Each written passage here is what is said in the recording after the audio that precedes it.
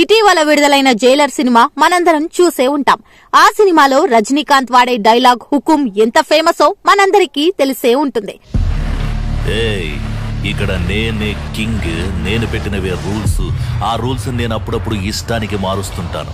అది విని గప్చుప్గా ఫాలో అవ్వాలి. టైగర్ కా హుకుం. అదే తరహాలో మేడ్చల్ మున్సిపల్ కౌన్సిలర్లు రజనీకాంత్ లాగా ఫీల్ అయి హుకుం జారీ చేస్తున్నారు. ఈ హుకుం జారీతో మేడ్చల్ మున్సిపల్ కౌన్సిలర్లు వివాదానికి తెరలేపారు.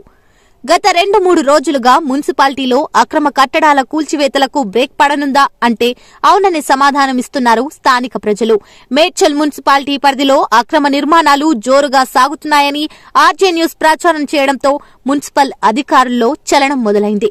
దీంతో పలు వార్డులలో అక్రమ నిర్మాణాలు తూతూ మంత్రంగా కూల్చివేతలు మొదలుపెట్టారు.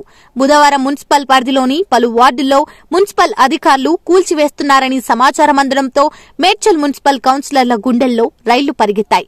దీంతో హుటాహుటిన మేడ్చల్ మున్సిపల్ కార్యాలయంలో పలువురు కౌన్సిలర్లు సమావేశం ఏర్పాటు చేశారు.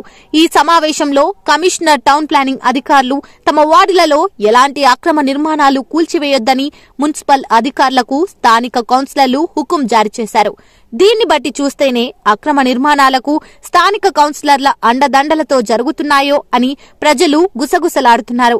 రేపటి నుండి మేడ్చల్ మున్సిపల్లో అక్రమ నిర్మాణాలు కూల్చివేతలు జరుగుతాయా లేక కౌన్సిలర్లు జారీ చేసిన హుకుం మున్సిపల్ అధికారులు పాటిస్తారా అనేది వేచి చూడాల్సిందే.